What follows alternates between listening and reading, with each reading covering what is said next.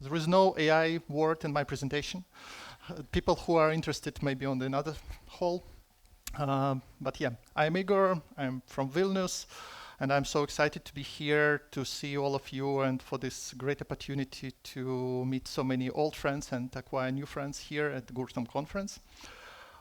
Brief introduction about myself. Oh, I can see it. So brief introduction about myself. I do data engineering for the last, say, 9 years. I do software development for way longer. And I'm playing the role of head of data engineering group at a company named Automattic. I do write Python, Scala, with a bit flavor of PHP maybe.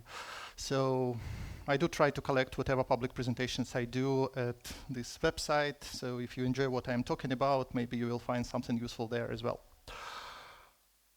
Yeah, first of all, who heard before about company Automattic?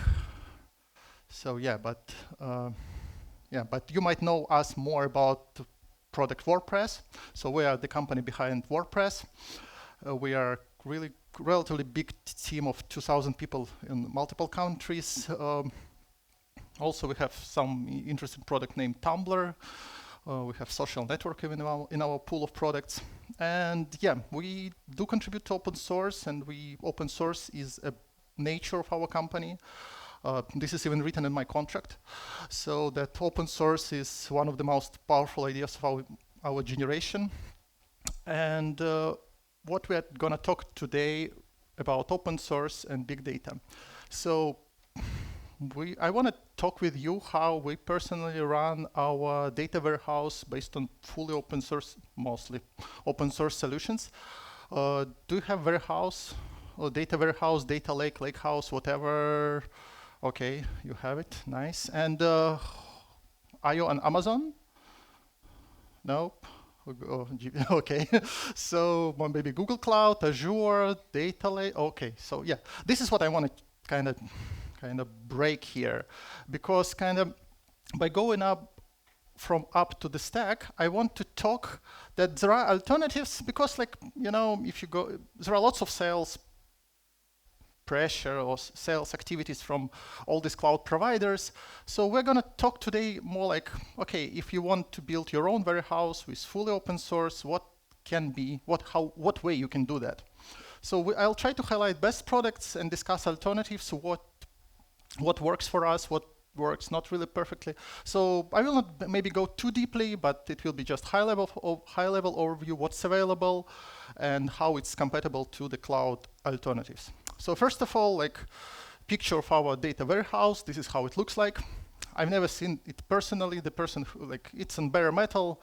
It's owned by Automattic, stored somewhere. I'm not even sure where exactly. So on top of that, we have Dockerized services here and there. And speaking about Kubernetes, we don't have Kubernetes. So because we kind of discussed that we want to add Kubernetes there, but at least with Docker, we are already able to abstract from the operating system level, which is managed by other teams. So my team is fully focused on the application, not on the low-level hardware or operating system questions. We have a set of tools. It's not all of them, but still kind of the main components. I split them to the three main categories. One of them is storage, where data is actually stored. What is the computation? How we do calculations over the data that is being stored, and how data is being accessed, how our people in the company are using this data, in what way is the most useful for them and convenient. So let's start from this left bottom corner, which is pretty known, but I will just briefly talk about that. What do we have today about relation databases? Historically, WordPress is being run on MySQL, and then MySQL was acquired by Oracle, and then there was a fork of MySQL appeared, which is MariaDB. So in our company, default database is MariaDB, which is kind of not really well-known database, but this is kind of the main database how WordPress can go. So but the problem here is that nowadays if you pick any other solution, most likely it will work as Postgres. So for example, Airflow, we used to maintain it on MariaDB for a while, and then when new version was again broken for us, we created another question for the community, hey, this migration doesn't work.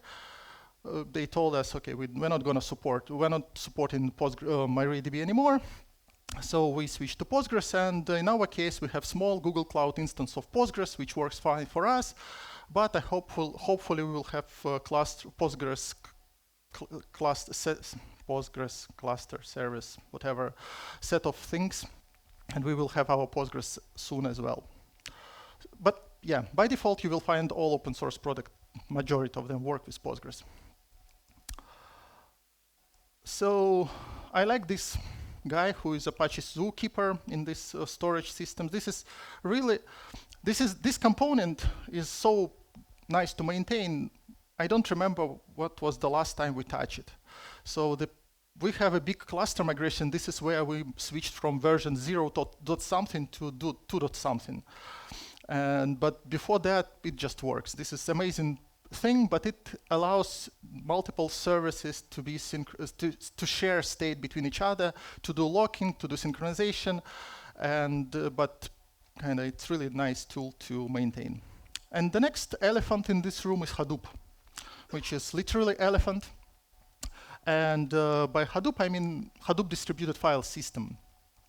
It used to be a standard a while ago, but unfortunately right now, initially it was developed by Google. Right now maybe it's used less and less, but still, if you think what Hadoop distributed file system is that you have a data that doesn't fit one server anymore, and you want the data to be replicated. So if your server dies, or your hard drive dies due to whatever reason, you have replicas. So this is the brief schema. You have client who connects to name node. Name node tells client that, okay, your data is located here and there. And then by the protocol, you receive your data from one of the replicas. Cloud analogs is Amazon S3, Google Cloud Storage. These things, if you think about what HDFS, what is Hadoop, you might think about it's open source S3 or open source Google Cloud Storage. This is how we store raw files, but then the question comes like, files are good if they're stored on the servers, but how to make something which is more attractive to users, like you want databases, you want tables, and this is where Hive Metastore comes to place. What it does, it has some raw data located in any storage, but Hive Metastore in its own database stores the way how to interpret your files and make some tables out of it. And then these tables are accessible from different clients like Spark, Hive, and whatever. This is one part of the Hive, but as you remember, Hive was somewhere between storage and compute layer, because normally Hive is a big two-component system.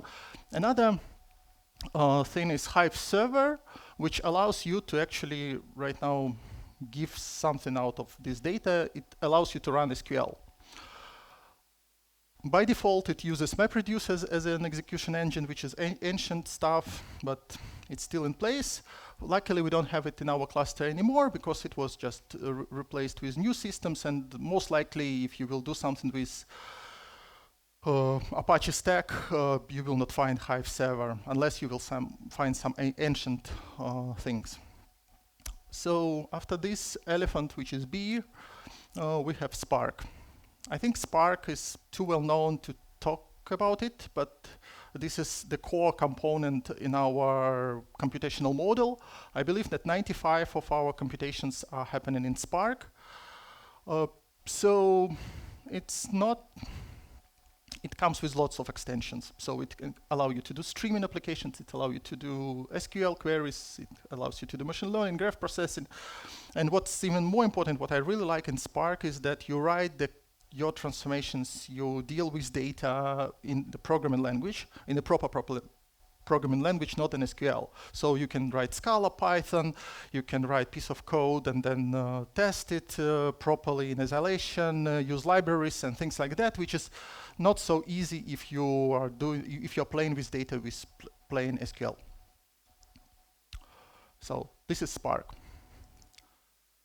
And this guy plays the role of Kubernetes.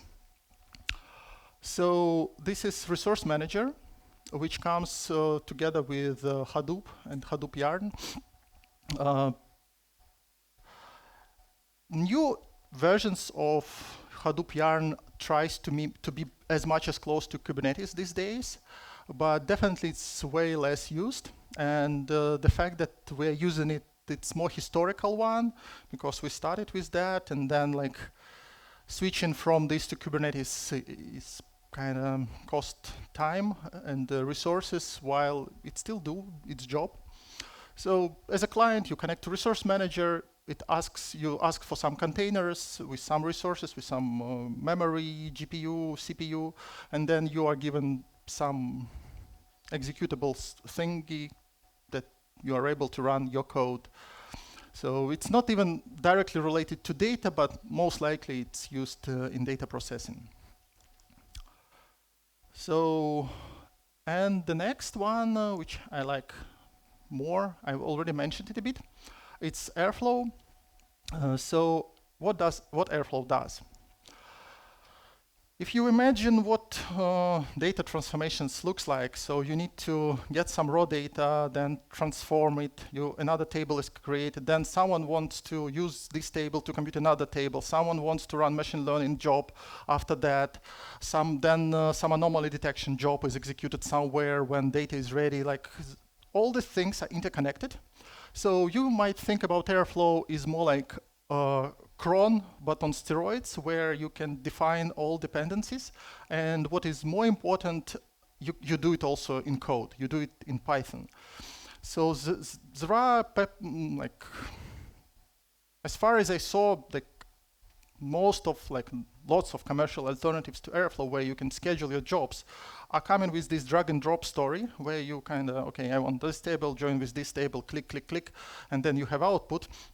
But the problem is that, okay, you click that, but how to test, how to deploy such things, if you misclick something, how to detect these errors, all of that are solvable by the fact that you write in the code, and everything is in Python.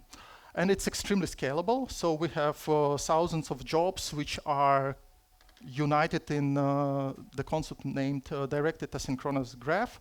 So all of, like, this is the screenshot from our production, but it's again like every blue dot is also like can be expanded. So, and all that graph is properly handled by Airflow, and it works perfectly. So it's a good one, and I personally contribute to Airflow. I like it, and my team contributes to Airflow. So definitely, and right now I would say it's a standard thing to solve this problem of scheduling computations. So there are alternatives, but kind of they may be less popular. Recently I was contacted in LinkedIn by some vendor. So okay, you're using the Airflow, can you switch to another one? We're selling this product. Okay, man, like I think we are too attached to this tool and it's too nice to discover alternatives. So in addition to Elephant, we have Rabbit here. Not RabbitMQ, but Rabbit with this space Rabbit, which is Trino. So what is Trino? Trino is also a SQL query engine. But you might thought that, okay, we have Spark already, right? So which can run SQL. Why do we need Trino? So Trino is an interesting product which was started by Meta, or maybe it was Facebook at that moment. So this SQL query engine scales up to Facebook scale, so on petabytes of data. And what's better there, how better it is than Spark? So it gives you lower latency.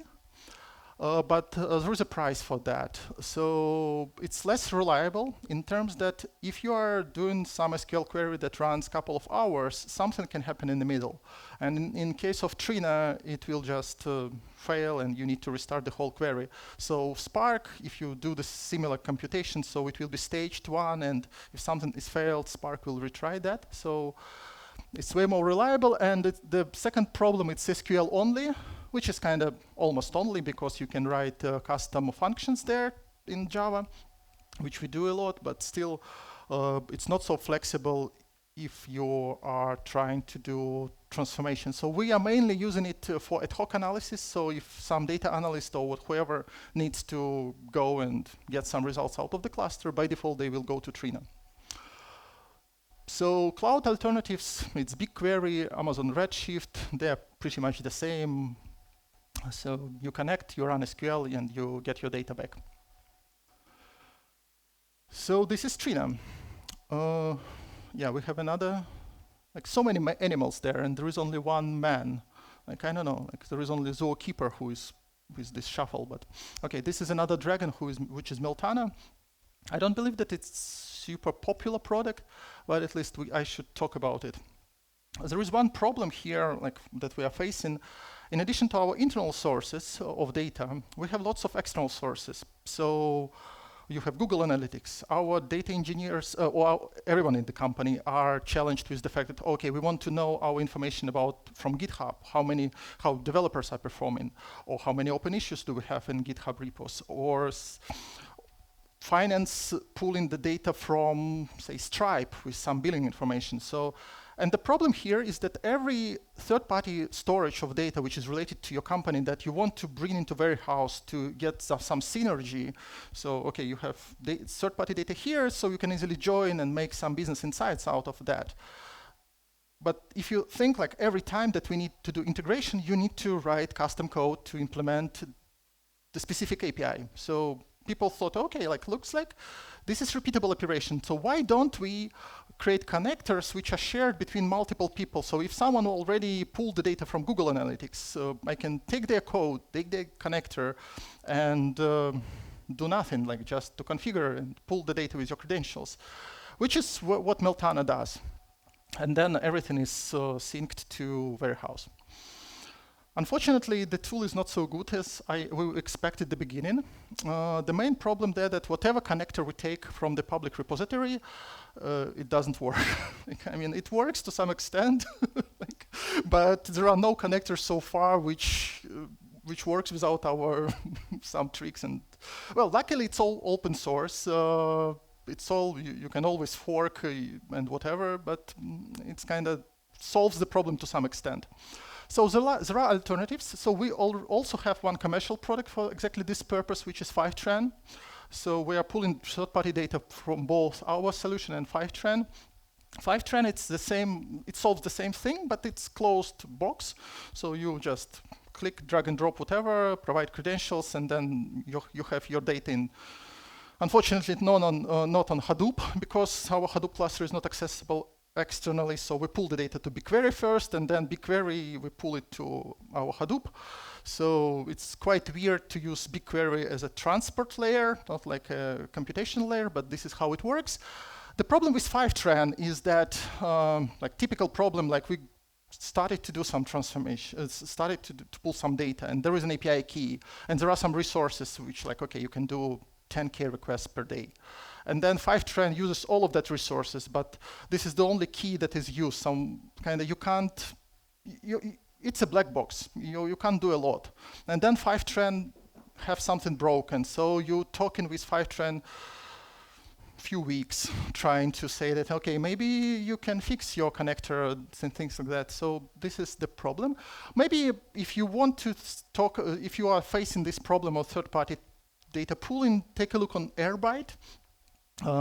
Which might be, I haven't used it, maybe it has its own problems, maybe similar to Meltano one, but maybe it's a bit more popular. But the idea there is similar. So you have connectors, you have the unified way to stream your data to some storage, and Airbyte works this way. So Airbyte, it's quite interesting. So they come up with the idea that you can write connector in any language, and any connector is a Docker, and then we need to run this Docker in Docker, and then there are some problems with, if you think about security, so running randomly written Docker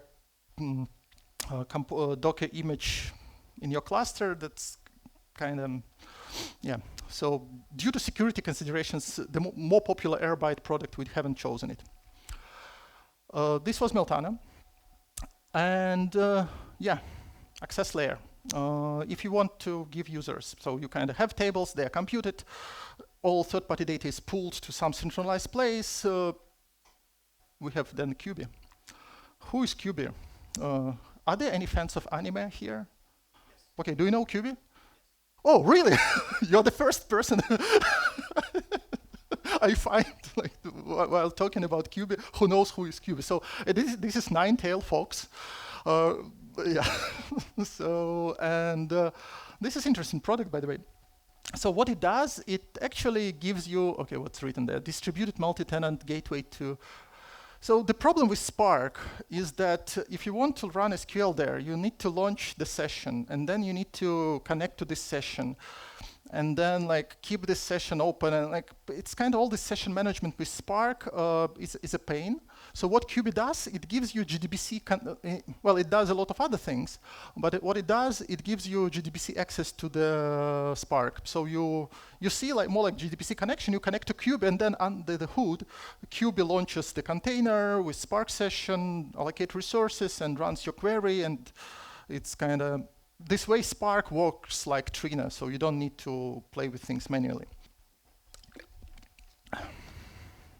So there are alternatives. Here, among commercial one, we have Looker, Tableau, and Power BI, which kind of Superset competitors. Metabase is also open source thingy, direct Superset competitor. Metabase, it's also good, maybe less popular and has less stars on GitHub. We also kind of historically, we ended up to having both Superset and Looker. So I would say that if you have some users, some consumers of your data who are less technical, so this is where Looker is better, because you can do business insights out of your data without knowing even SQL. So there is a concept of Looker model. So what we have special people who build models in Looker, and then you are opening Looker and then drag and drop and build dashboards without SQL knowledge. Because for some business people, like, well, SQL knowledge and SQL learning is already some barrier to enter. So in order to democratize data, to have it available to as much people as possible, Looker is better.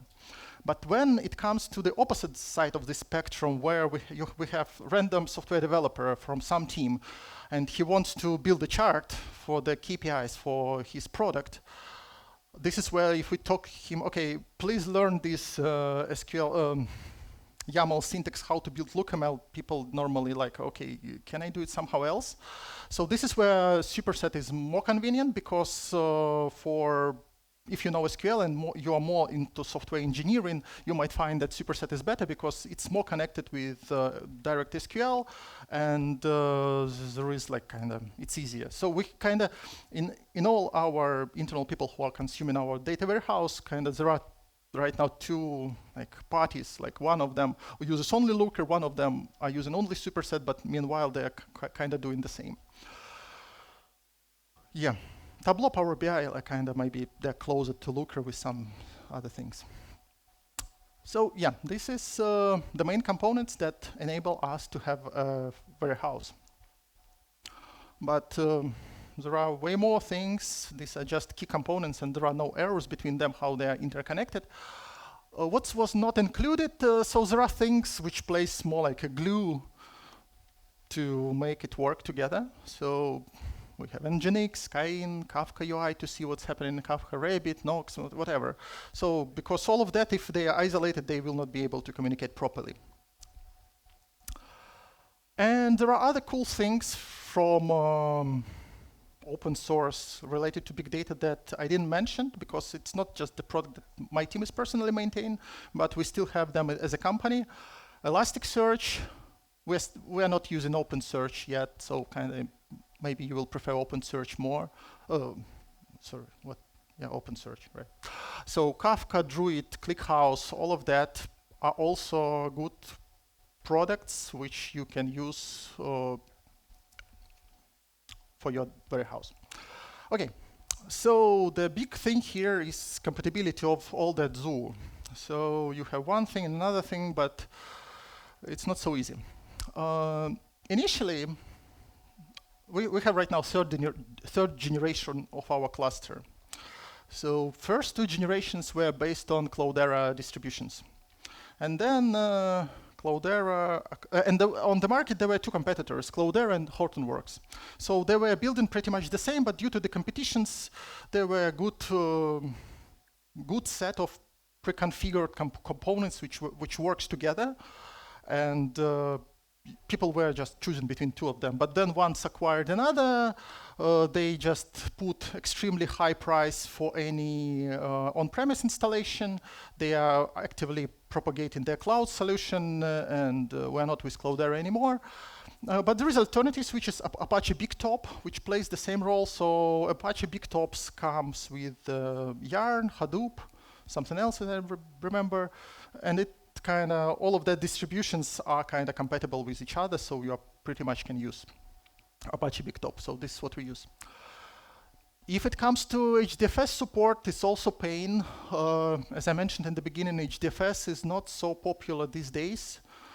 Even if people who tend to use open source still kind of more and more often still store their data on the cloud. For example, Airflow didn't, so there was a task for me that we need to store logs, Airflow logs in a distributed storage. And then there was integration with everything like Amazon, Google Cloud, Azure, Alibaba Cloud, whatever it means.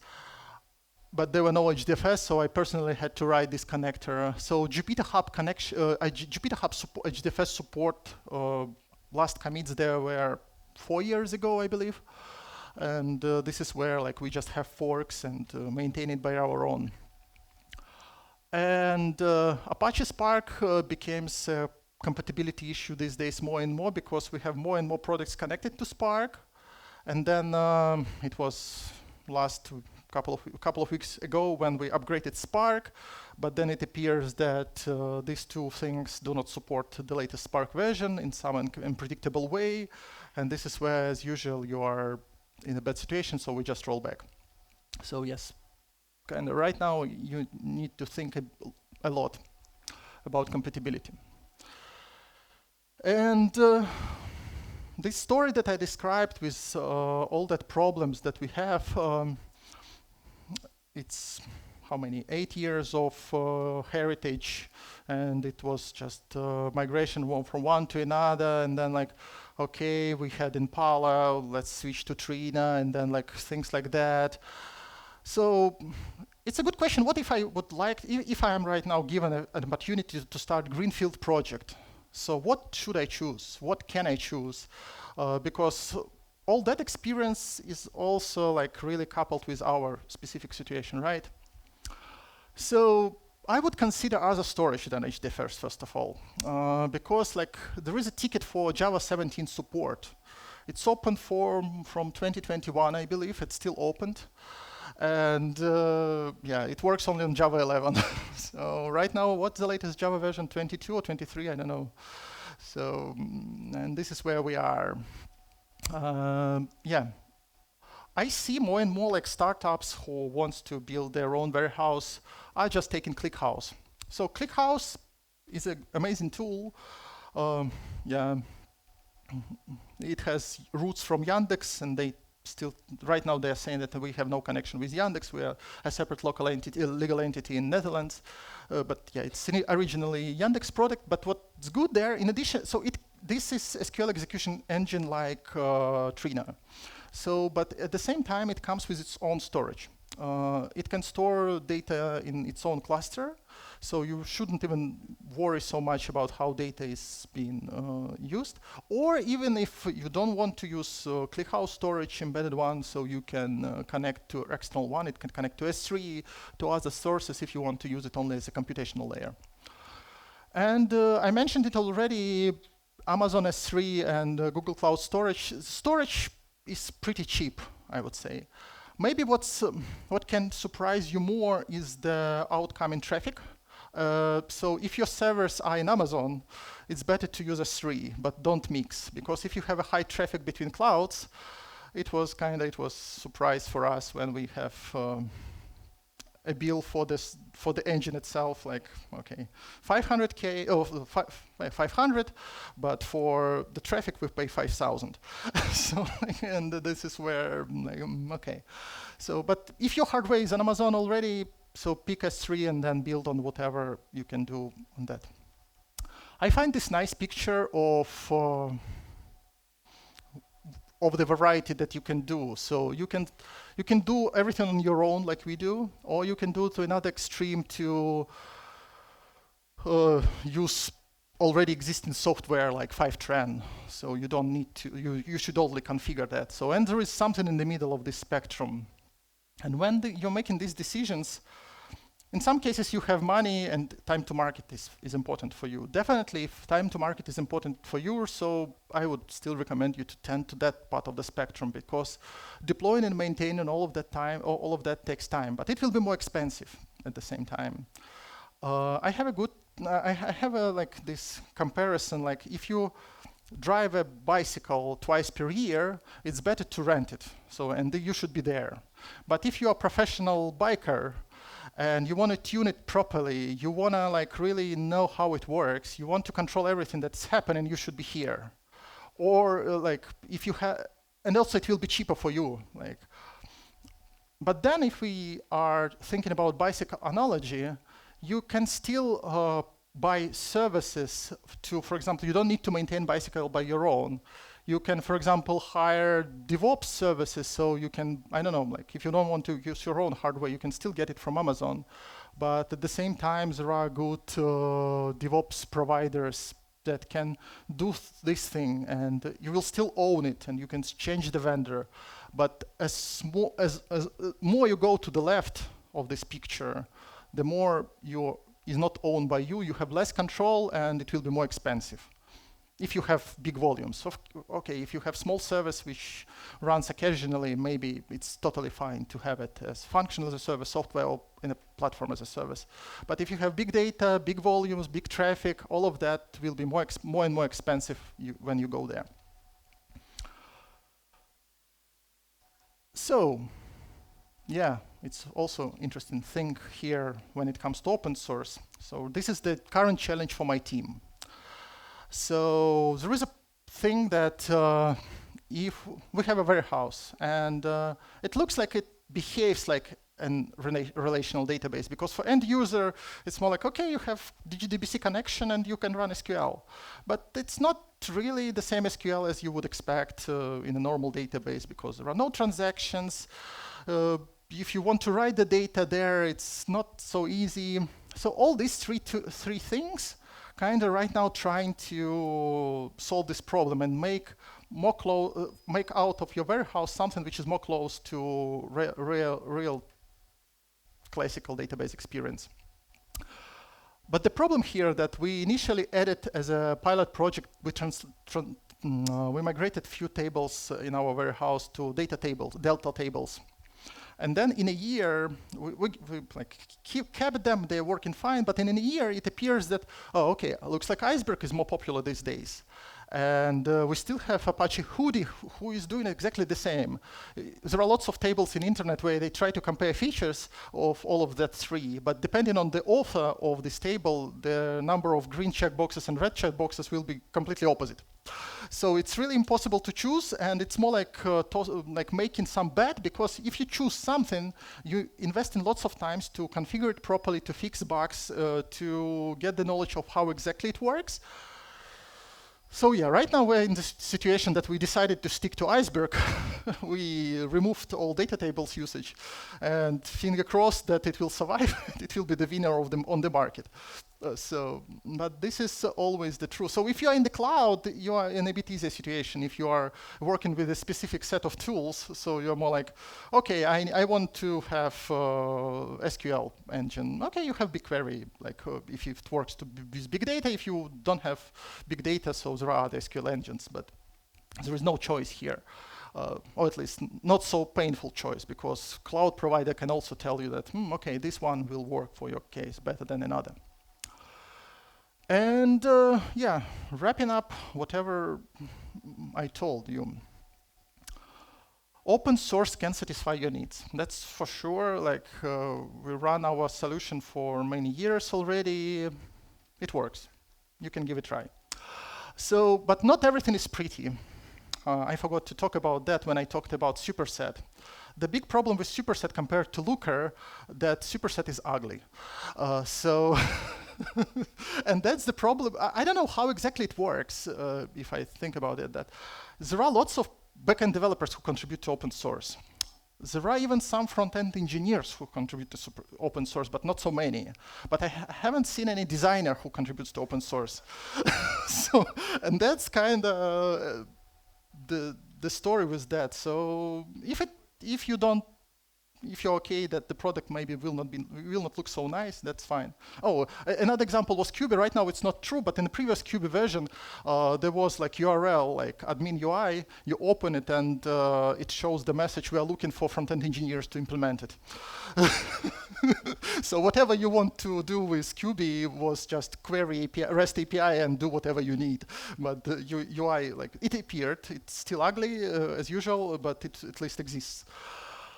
You will need to spend, open source is not free. You will need to spend engineering time for maintenance. So, and then it's up to you to decide, like, okay, you have this cost of licensing and you might hire some good engineer to actually connect all that things, fix bugs. Because normally, don't expect from the community that you found the bug and you report it and someone will fix it. Well, someone will at the end of the day fix it, maybe.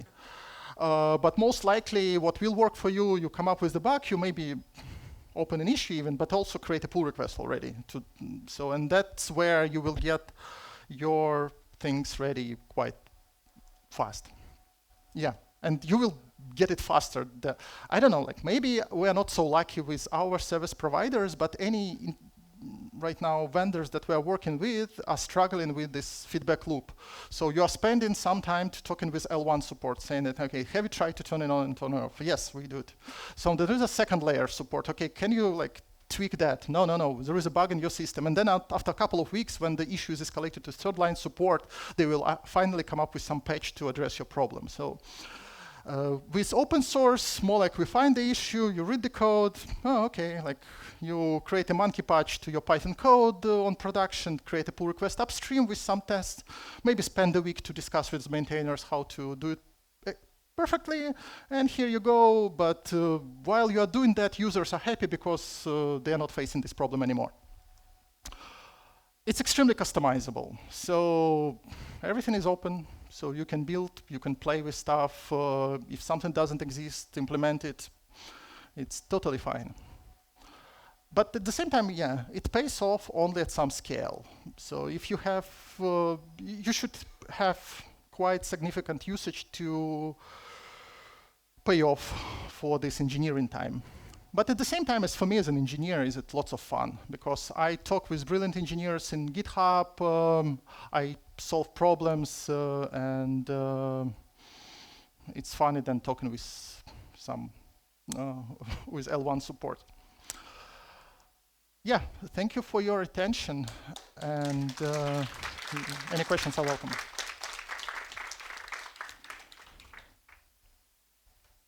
Any questions? Yes, let's go here. Hi, Igor. Thank you for the presentation.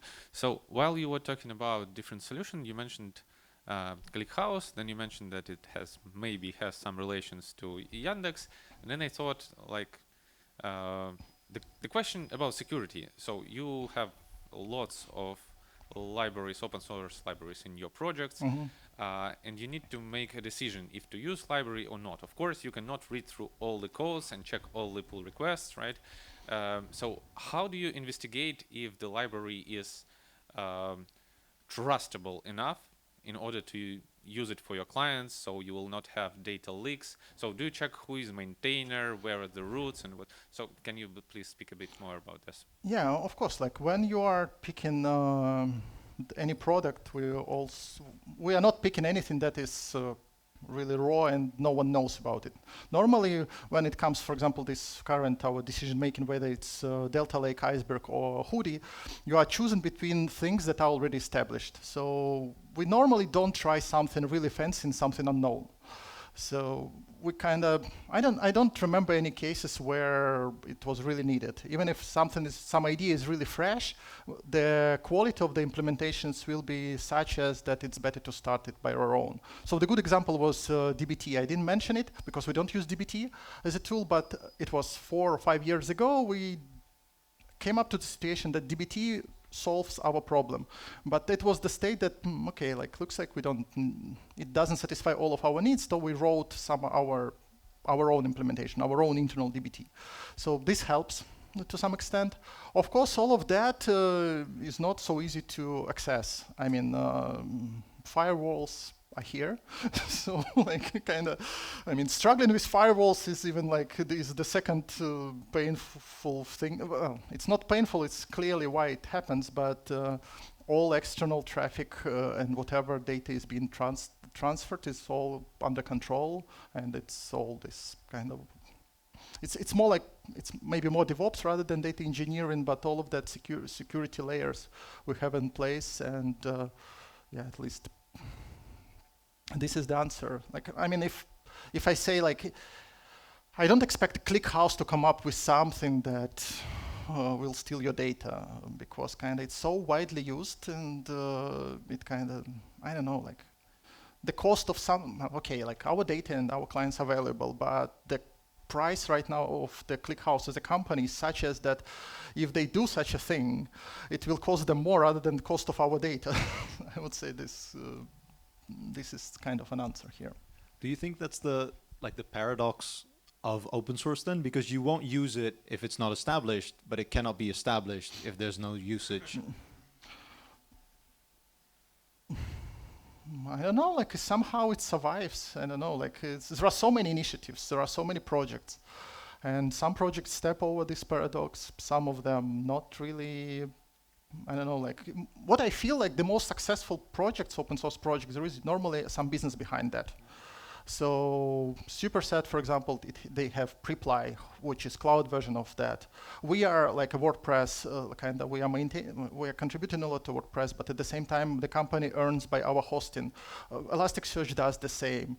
So if you are kind of was able to establish business based on your open source product, this will make you're successful. But if there are no real money behind the project, if there are some random contributors, which happens a lot with some random Python libraries, of course, but I mean, the scale of problems with Python libraries is not so big, and normally, well, it's the JavaScript libraries where you have fork of the fork of the fork of the fork.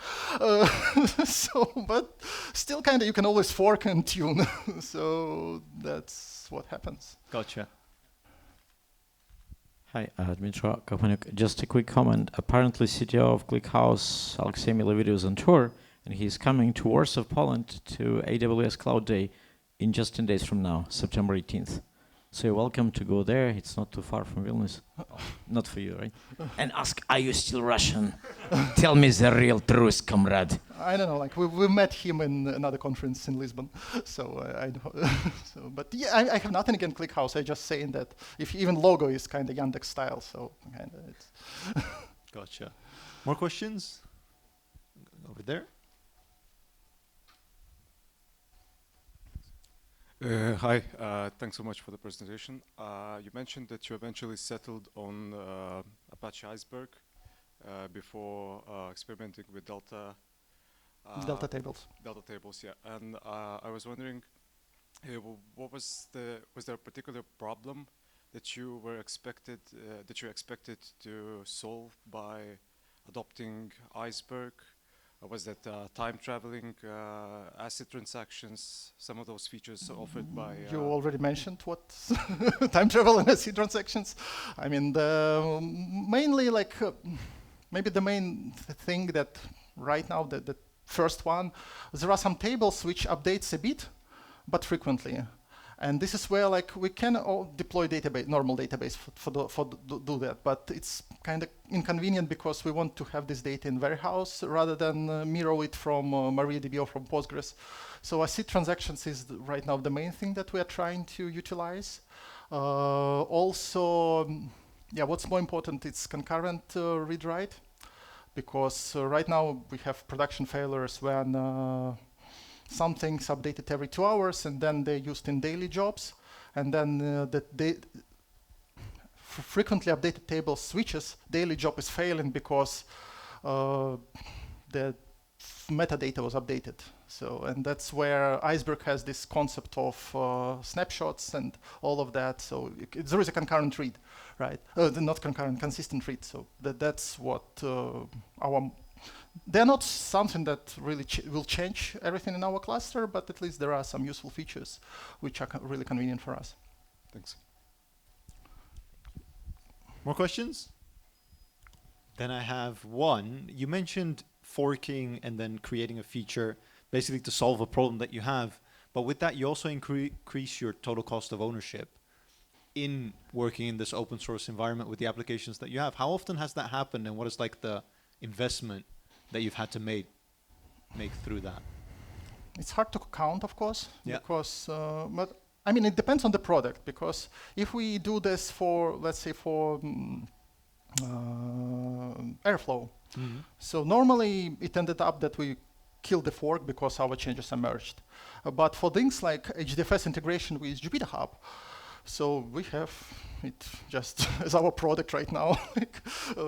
So we, in some cases, we are not even targeting to make it so to say publicly available. We so from time to time we're just blindly implementing some features that are really specific to us and the way we see it, knowing that maybe it's only us who will do it. So there are some services that are fully written by us, like there is this Skyinn thingy, which is kind of okay, whatever it does, but we wrote some Python application in some cases to provide REST API for this service. So it's just part of the job. You kind of have a code base. Some of this code base do the actual business things. Some of this code base do these patches or whatever new product development. So I don't know how to measure it. It's just you do it daily. Yeah, it just becomes part of your. Yeah. It's just it's in a pool. It's in a to-do list, and you are just doing random stuff here and there. Good stuff. You mentioned an observation which I thought was hilariously accurate, that backend and frontend contributes to open source, but designers not really. Why do you think that is? So specifically with Superset, you mentioned it's ugly. I mean, I also use it. I think it's kind of accurate. Well, I mean, if you are a business owner and you are given Superset dashboard and Looker dashboard, Looker looks nicer. I mean, it's kind of this is what I mean ugly. It's not super ugly that you can't use it. So it builds charts. But when it comes to some fancy features, like, oh, okay, like it's maybe not so good and things like that. So maybe I was too strong with ugly. No, I thought it was very fun. For example, Metabase looks better, I would say. Okay. But again, like it's question, what are the features there? Like there is not so much, the SQL lab is not so good there. So yeah, I was just a bit. No, but my question mainly is, why do you think designers are not involved in creating this open source application, let's say? I mean, it works, right? Well, I mean, they may be involved in the beginning, but then if you think about any commercial product, like there is a marketing team who think about usability, right? Who are trying to like decrease number of clicks or whatever, do these things. Like maybe there are people in open source projects who are doing that, but maybe they are less challenged and motivated to earn more users and like to do that. They will more think about more features. Like Airflow as well, like it's coming all constantly with new features, but with new integrations, and it's right now really monster, I would say. But UI it's also improving over time, but maybe not so. It's not the first priority. Maybe it's related to data tools as well. They're not public products where maybe usability is so important. These are internal analytics tool where maybe business is not so interested in it. And then let me just do a check. Is there anything triggered? Any final questions? Otherwise, I'm gonna see. That's always good. So when you make a fork of some application library and then add a new feature, now you have to maintain it, yes? And when they release a new version, you have to integrate this code. And does it add a lot of overhead? I mean, that's what I mean. Like when you fork and implement, the next step you should merge it upstream. So it should become a part of the master branch. So you shouldn't maintain your fork. This is the worst thing you can imagine. So like, but we maintain our fork in case when library is abandoned and there are no maintainers. But if there are people who are actually releasing new features, you try to push your new features to the next release. So that's okay, I see. Does it happen that maintainers don't accept your contributions? I mean, most likely they will not accept from the first try. Sometimes I see pull requests which are not accepted because it doesn't align with, I don't know, Of course. maintainers' visions. Yeah, of course it happens. So then you are negotiating, okay, we still want this feature, do we want well, it all depends on the situation. Well, I don't think it happens really often.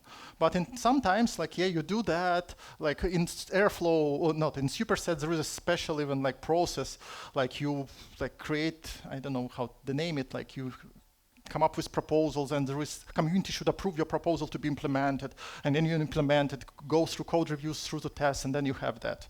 If it's bug fix, it's easier, but when it comes to new features, yes, of course, it's kind of not so easy, but it's all doable. Okay, I see. Thank you.